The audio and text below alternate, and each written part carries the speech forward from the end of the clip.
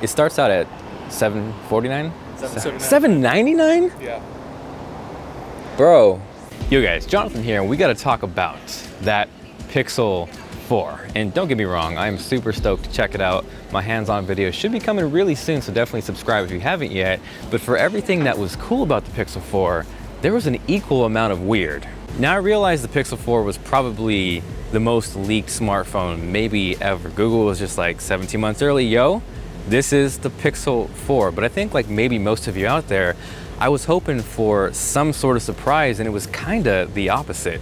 Now, as far as that list of weird, I think one of the biggest points of discussion is because of the radar tech that's inside the Pixel 4, it's just straight up not available in India. And we're like almost in this weird alternate timeline where Apple is bringing down prices. They're looking to make phones in India to bring those prices down even more.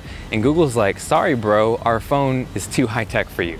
Now I realize that it's not Google directly saying F you to India. It's more complex than that.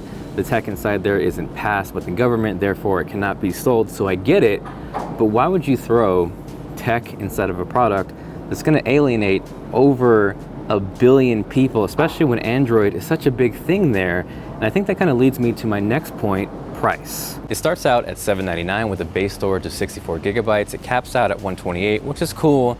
I get it, but in chapter 4, the weird moves by Google, their free cloud storage that they always brag about does not apply to the original quality source photos. What Google needs to and should do is forget the A lineup, like no 3A, no 4A, just price these Pixels accordingly.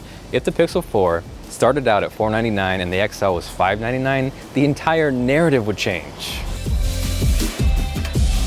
It's like, Google, do you want to sell a small amount of phones, or do you want to put this device in as many hands as you possibly could? So if you lower the price, that probably means you have to take out the radar tech, which means you can then sell it in India, and just take that Pixel 3a approach of, hey, we have a really great phone with an amazing camera. Our video might not be so great, and I realize they can't say that, but for the price, it would be a really outstanding device. Would you rather price something too high where only a small amount of people bought it, or would you lower it so you could get more people to buy it? Sounds like you want to lower it so you can get more people to buy it. Right, yeah. Come on, Google. Right, Angel? Yeah, so Google, you know better than that. Yes, you do. Oh, I have an iPhone 7. You do? I do. So your phone shoots the exact same video as the new Pixel 4. How do you feel about that? That's pretty cool. That's pretty cool. I just can hardly believe it. I have a phone that I paid for, brand new. And I think at the time I paid for it, it was like $275 or something. That's a good deal. yeah, that is a good price. So for some weird reason, the Pixel 4 shoots the same video as her iPhone 7. That's wonderful.